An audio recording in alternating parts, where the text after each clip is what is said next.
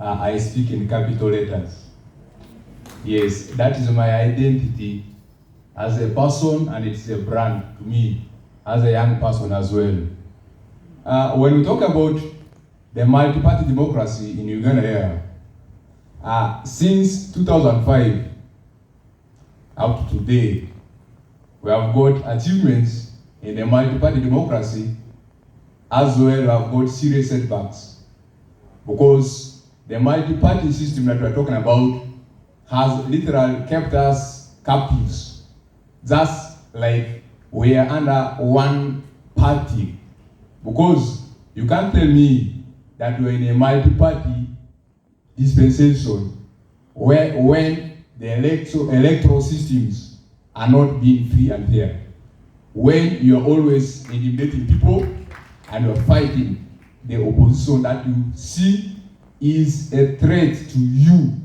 Because as we are fighting, when I'm fighting with you, or you are fighting with me, if your hands are in a captive, like chained like this, and your legs are chained, will you really be in a position to fight with that person whose hands are free?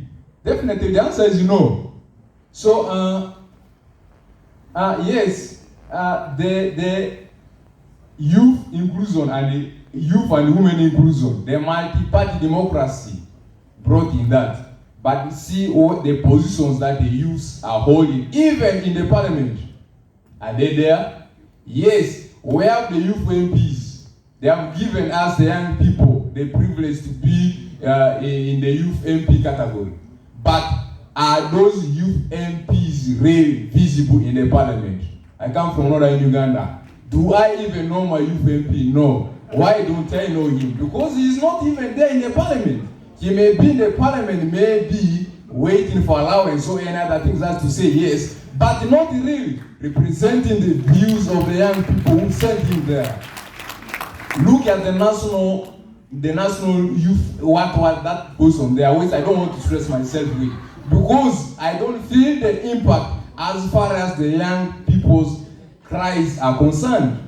Look at the recent amendment which was passed. What was the stand of the youth representatives in the parliament? Look, what about yes, the democracy brought in the women inclusion. What are the views of the women had in the parliament? Yes, we have the vice president who is a woman. We have the prime minister who is a woman. Are we hearing them, their views even? Their views are not being heard. Even I've not known the importance of the vice president in this country, yet currently it's a woman. So I want to say, we are in a position whereby this thing called democracy has just been placed there as a tool to like put us in a team whereby we cannot say ourselves, we are packed in one team, ready to be slaughtered by this regime. That is what is happening. So, Enrico, yes. You keep some points for later.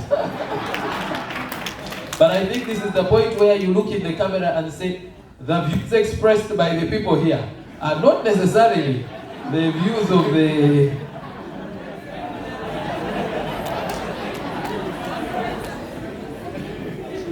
I knew the excitement of having young people on the panel, it gets in your language lit. No, thank you very much for those views, and sorry for cutting in. Very soon you will start getting sense of the lunch, and it will be hard to keep your concentration. So let's try and go through this very quickly. And you ended on the point of representation, even beyond youth. You brought in women, and that's one of the things that came with multipartyism. That we claimed there was going to be representation of all kinds of shades, of all kinds of opinions. And one of the things you say, really, do we have that? So, Shakira, if I could come over to you. And Shakira, please help me. Are you from the NRIM? Well, thank you very much. First, hold on. Are you from the NRIM? Not really. I'm in trouble. Okay, but no, please go ahead. Okay, my name is Wacha Elizabeth Shakira. I'm Northern Youth MP to come 2026. First of all, I would love to... First wait, and you say the Northern Youth MP has done nothing. You're the one planning to come and... Yes. You people. I see what you're doing here. Okay, please. I would love to assure my brother here that much as you haven't seen your Northern Youth MP, but you've got an opportunity to sit next to the upcoming Northern Youth MP. And also have a panel discussion with, okay, well, driving back to the point of multi-party democracy existence since 2005.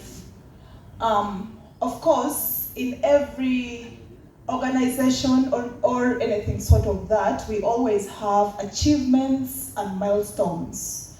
We can't really only look at the milestones and the challenges. First of all, looking at some of the achievements that I see that it's in existence with the multi-party democracy. Number one, I look at unity.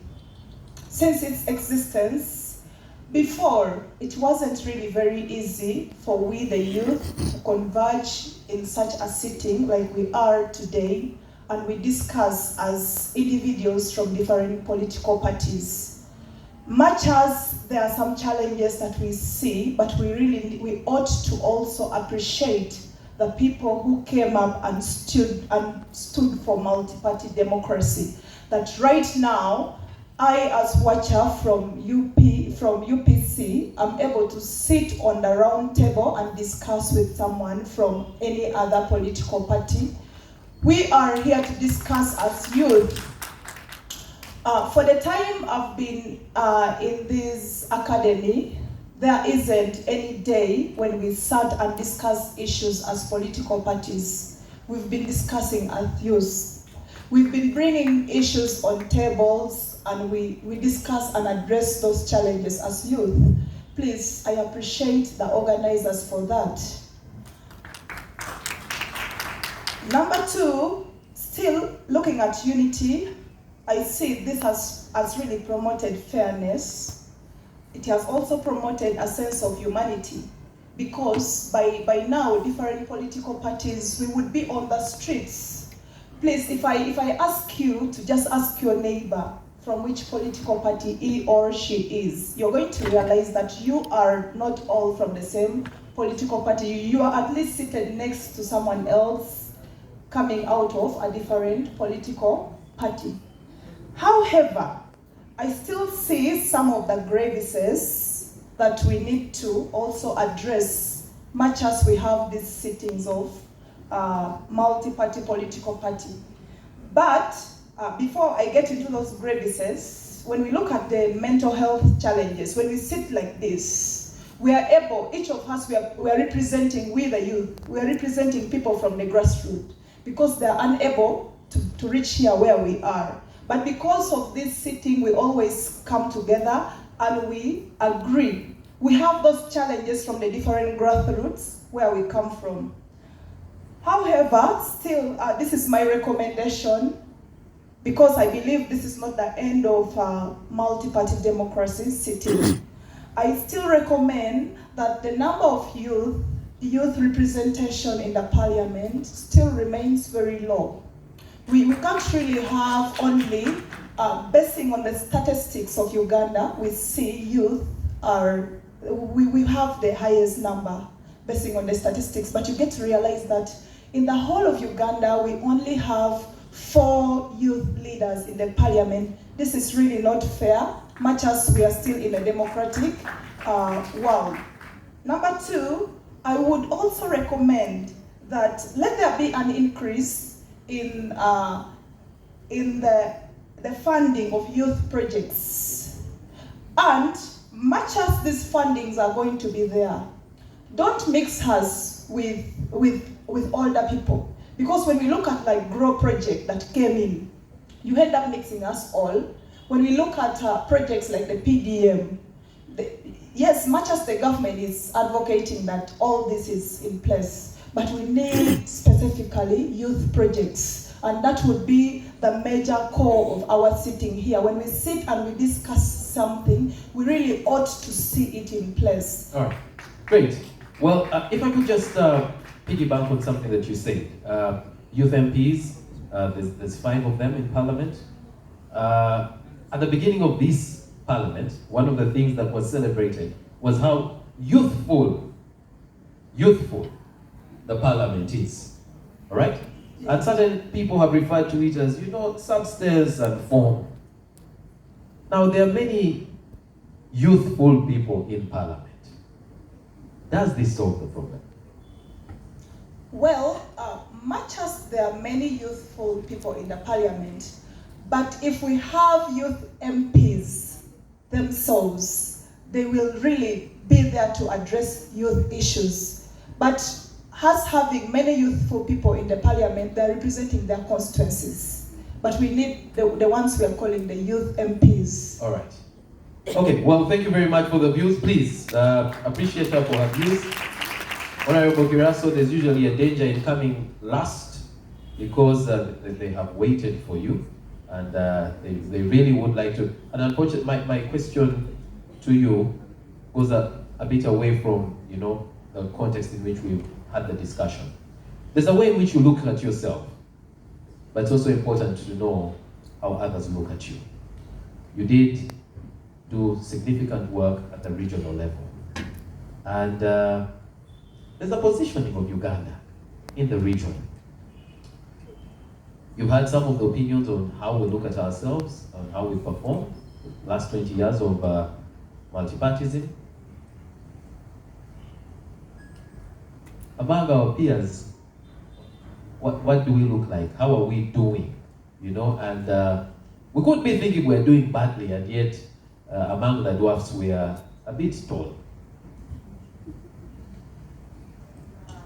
Thank you so much, Gabriel.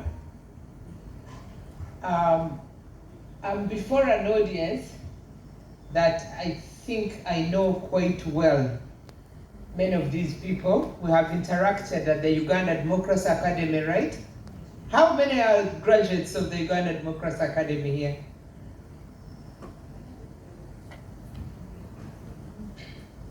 Please put your hands high. Yes, including Adrico. Both cohort 1 and 2. So I returned last evening with Honorable Kiza from the last lectures for cohort 3 who are going to graduate tomorrow. Why did I start from there? I'm no stranger to controversy, but controversy coming from the position of truth and saying things the way they are. By the way, Gabriel, before I talk about the question you've asked me about how we are viewed within the region as a country, right? But before I get there, just allow me to share that I too was a member of parliament, and I also joined parliament before the age of 35. Together with Honorable Salam Musumba, we served in the 6th parliament and the 7th parliament. Go on record anywhere, those were the best. Because we believed in ourselves, we had been elected on individual merit, we did not have anything tying us to anybody. We had free minds. And I'm saying this to emphasize her point, where she said when multipartyism came, it was not, that change did not happen in a manner that was genuine. I remember the president calling us in a caucus to say, let's go and tell the people of Uganda who are all for the movement, just a few of these dissenting voices, don't mind about them. Let's go and tell them to be Jeko. Get rid of them. Who is them?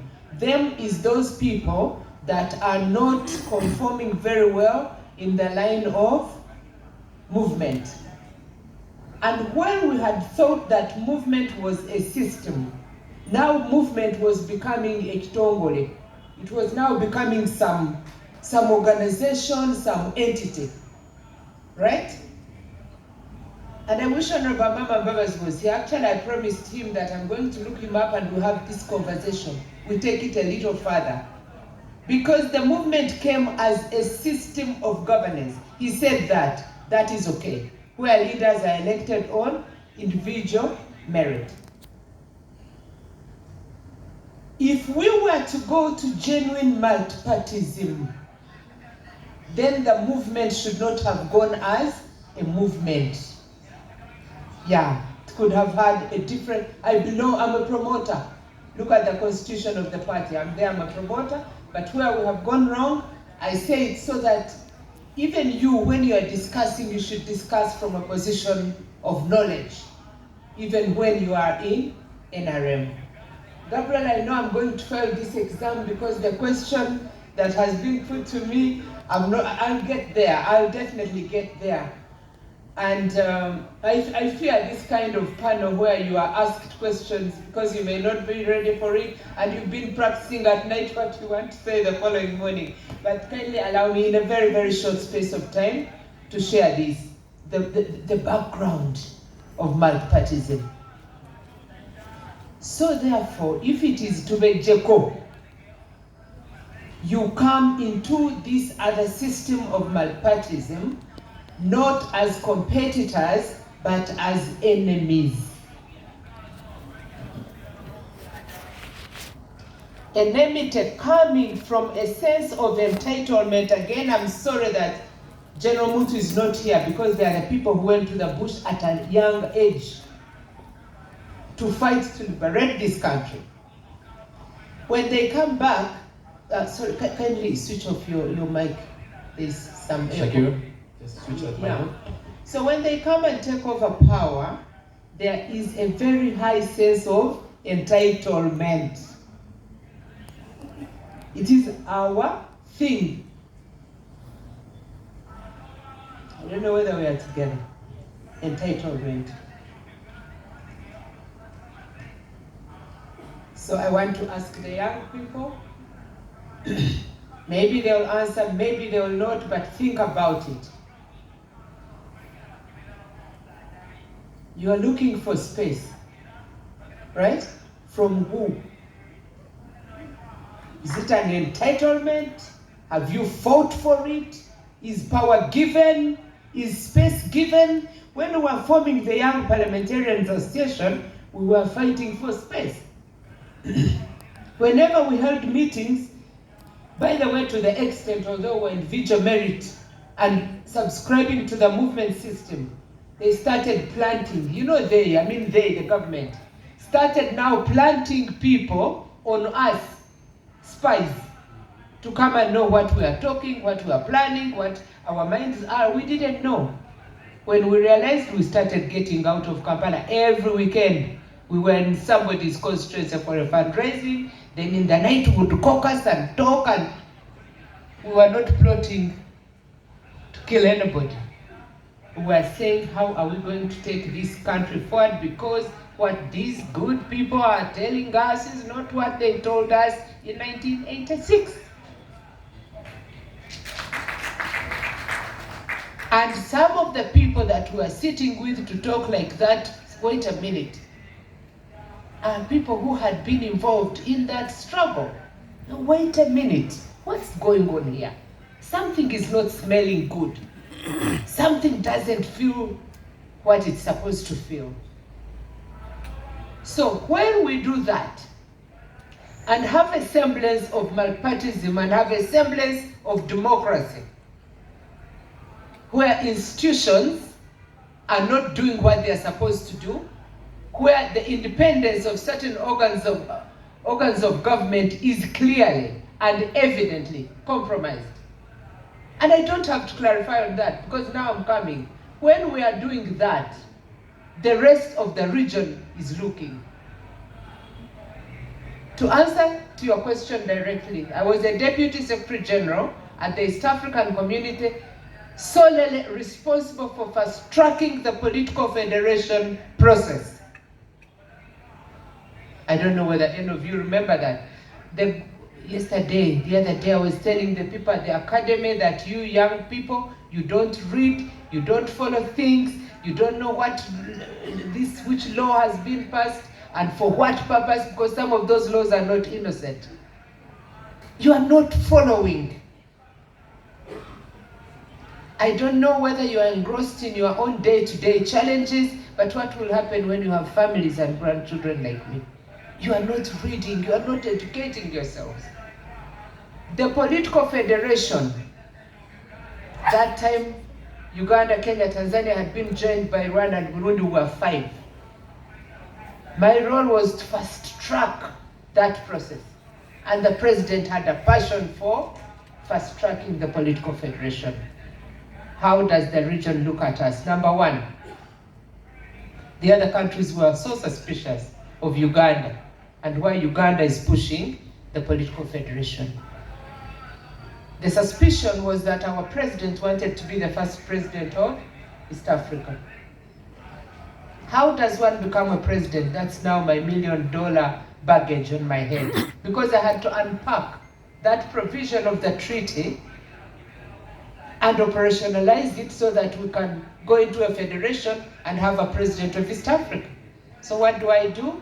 I say, yes, since we are democratic countries, to elect a president of East Africa, we should go through some semblance of, a democratic process.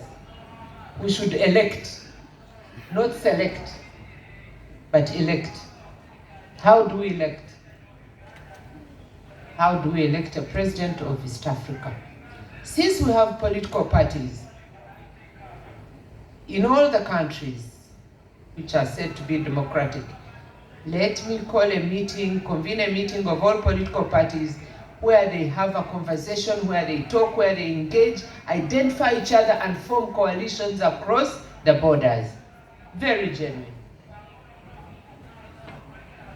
But I want you to remember that in each of the countries, there's only one ruling party. The rest are opposition. So what do you have in the room? You're not even imagining it. What do you have in the room? You have 5 countries.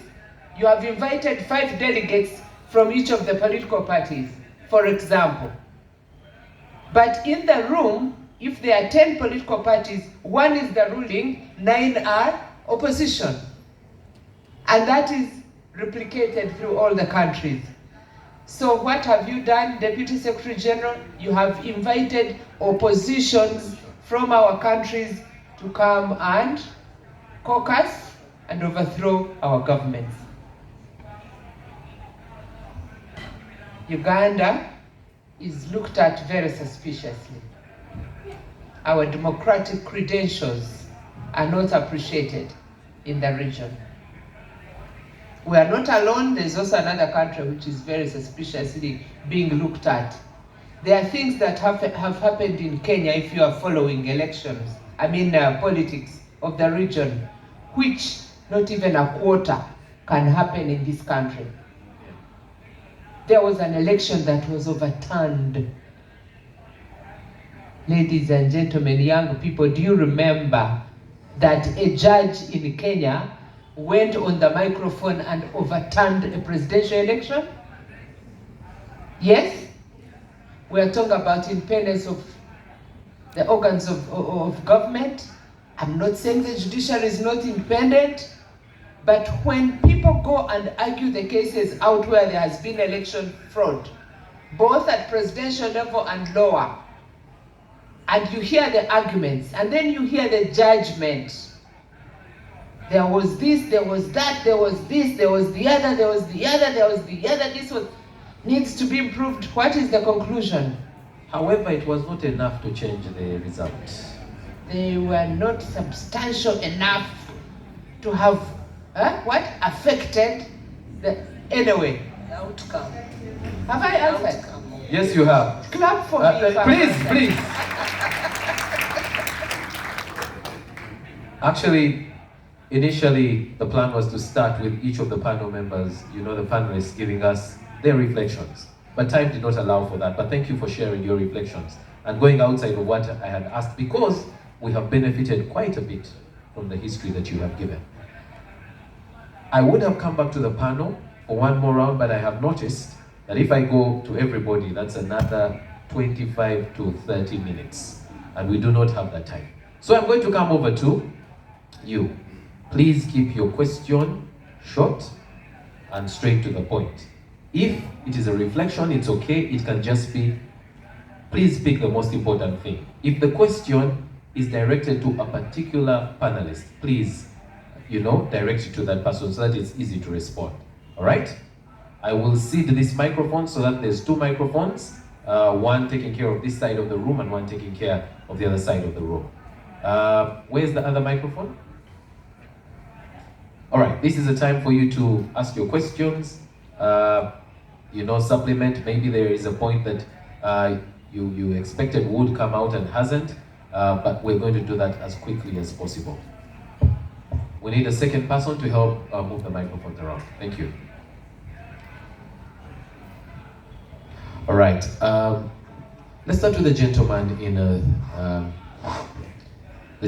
a blue jacket. A double breast coat. Thank you so much, moderator, Mr. Eguma. My name is Yourh. My question will go to the profession, and I think also former MP Salam will also make insights on it. We are celebrating today, not really celebrating, but we are marking about 20 years of multi-party democracy, and that's the transition from the movement system to the current political dispensation. Both of you have had quite considerable experience, both in the hands under the regime of the movement system and currently nearly 20 years of multi-party dispensation. My question is, are we really witnessing the real tenets of democracy, or it is some sort of facade, or entirely what I could term as contextually as a competitive authoritarianism? Now, competitive authoritarianism brings the aspect of a system which actually allows elections, but then the ruling party doesn't lose. A system that allows media freedom, but then independent journalists are being targeted. All right. You will see or recent how NTV and Daily Monitor got removed from some government function. And then also a system which allows political parties. The FDC is there, PFF is there, and also the national platform is there, but their activities are being restricted. Okay. So do we have multi-party democracy, or it's just a semblance? Could this just be a facade? Thank you. All right, thank you very much. My name is Yourh. Dan, thank you very much. I will have the gentleman in white, then I'll go over the other side and pick two ladies. Yes. Thank you very much. My name is Masawi Ivan. I'm engineer from the Forum for Democratic Change, where I subscribe. I do want to appreciate our mothers, the Honorable Salam and the Honorable Beatrice, for your contribution in both political systems, that you were there in the 7th Parliament when the specific amendment of Multi-Party and Political Party and Organizations Act 2005 were laid on the table. And Professor, I'm one of the young people who saw your post of 2001 somewhere 10 years later when you are running for president. My question now goes, act compliance with some of these acts. My specific interest is the Political Parties and Organizations Act. We could never have a perfect movement system with inefficient parties, inefficient political organization, inefficient political space of expression. I want you to paint for us as young people, given your expertise and experiences, especially the Honorable Salams, who has founded parties. She has been a candidate on the ballot, if I'm not mistaken, over 9 times. What experiences would you share for young people based on the compliance of our policy in implementing a democratic environment? And where do you advise that as a generation we should steer our efforts? Thank you. All right, thank you. I saw what you did there. You put in a naughty comment. Let's go to, I had said ladies on this side.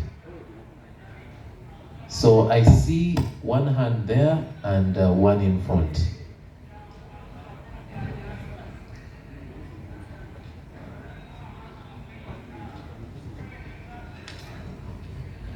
Right, I'll end with her. Don't worry, I'll end with her. Thank you. My name is Nantega Christian. I'm from the Mighty Party UPC. Yes. The Mighty Party, which one? The Mighty Party UPC. Oh, yes, we have to clarify. Okay, since we have heard and seen that the democracy in our country is lacking, I want to send this question to all the panelists. What is the way forward? All right. Thank you. Thank you very much.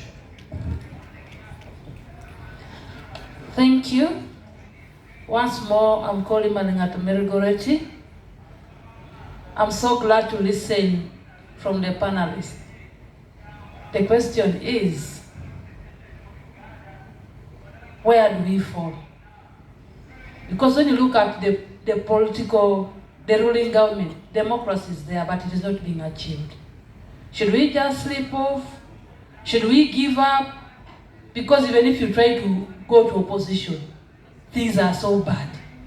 You go the other side, things are terrible.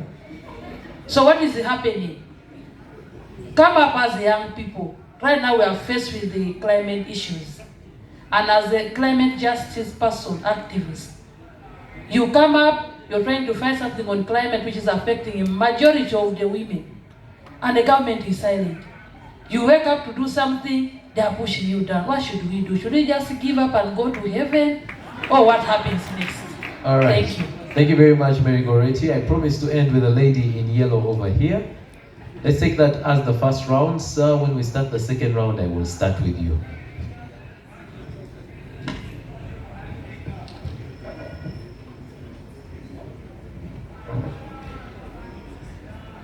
Thank you so much. My name is Ademun Sharon Leah. My question goes to Honorable Salam Musomba. I heard you said you joined parliament when you were 33, and you were one of the people who built FDC. But along the way, you got casualty. And also you said that the Bushmen lacked the software of democracy. Now the question is what happened in the FDC that the party you were trying to build up and you got democracy, like you got casualty? And should we blame the Bushmen on issues of democracy, yet other political parties like FDC that you tried to build really made you get an accident along the way? Was it still a problem of the Bushmen or the issues among our leaders? All right. Then the other thing, the other thing is we have seen a trend that every disagreement amongst our leaders, the next thing is formation of a new political party. So is multi-party politics represent more political parties? That when you disagree, the next thing you form what? A next political leader, like a next political party. Then the last question is, we have seen you, like what my brother said, you've been on the ballot for like 9 times. You've been an MP, then again you're coming for LC5. So are you not denying other people chances when you are discussing issues of leadership and, democracy, overstaying in power, and you are coming for the 9th time, you're even changing from parliament, you are coming down. Are you not denying spaces for other people? Thank you. Sharon. You make moderators work very hard. Due to popular demand, we're going to take 4 more questions and then we shall just respond to those. And once I am told it is lunchtime, we will say, let us stop there. Madam, let's just make something clear. Are you a sole candidate? No, sir. Okay, then, once you're not a sole candidate, yes, let's have this gentleman, that gentleman, and then that lady and that lady. Yes, my name is Sings Brian. I have 2 questions. One is simple. We may be able to take only one of your questions. Apologies. Okay, one question there. The first one, one question, then the first one. That's how I start my paragraph. The first one, I would like to first make an observation of what happened in Kenya.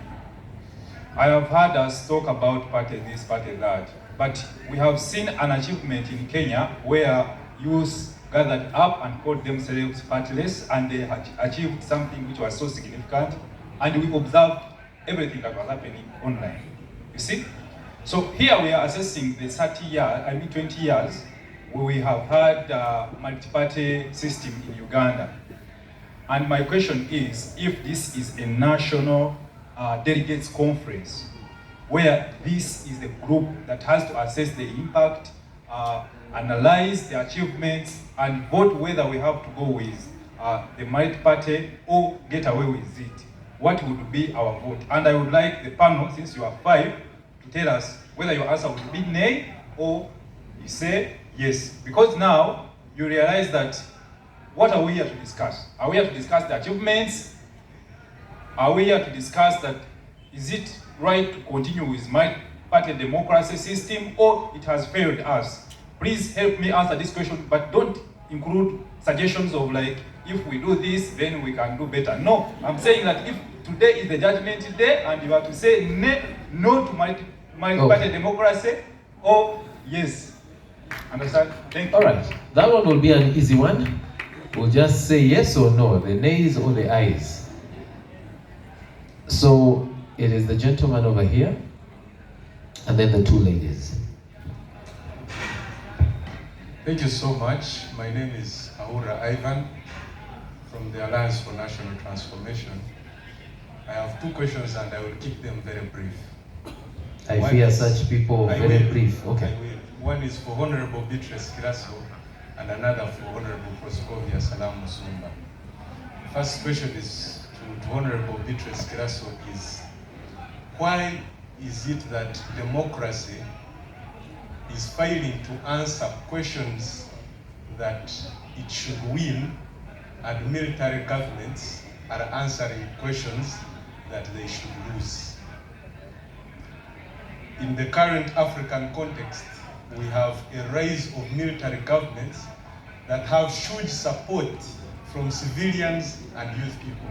I am sure most of my colleagues here have been retweeting what is happening in Burkina Faso and other countries. All right, let's go to the second question. The second question to Honorable Proskovia Salamu Sumba is, what can we young people do in the different political parties to stop being just foot soldiers and vazukuru of a revolution and become active participants in the transformation of the country? Thank you. Thank you very much. We'll take, yes, the lady over here and this lady. All right, thank you very much.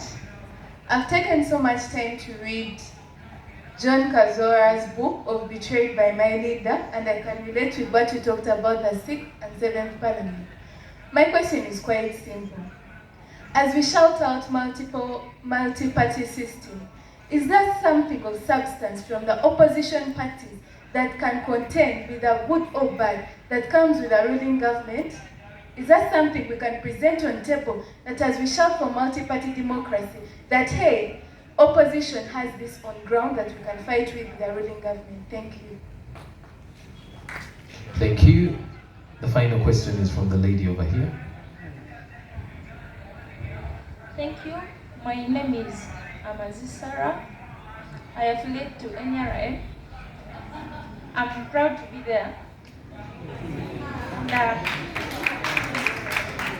mine will be a concern and also a refutation.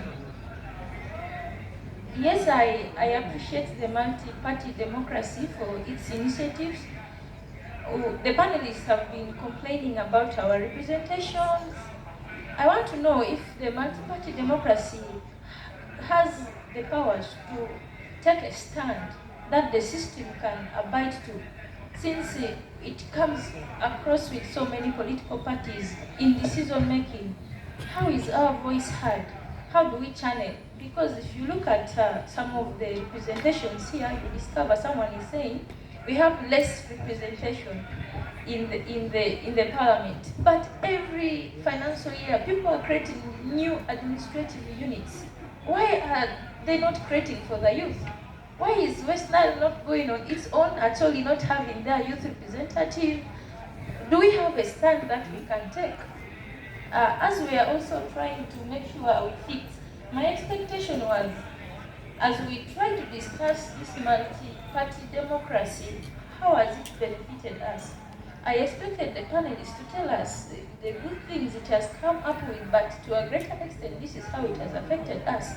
people seem to be pushing us to the wall so much, and yet there are certain good things. We agree we are a young generation, we need to face off a lot of things, but we need you elders to help us speak from the rightful points.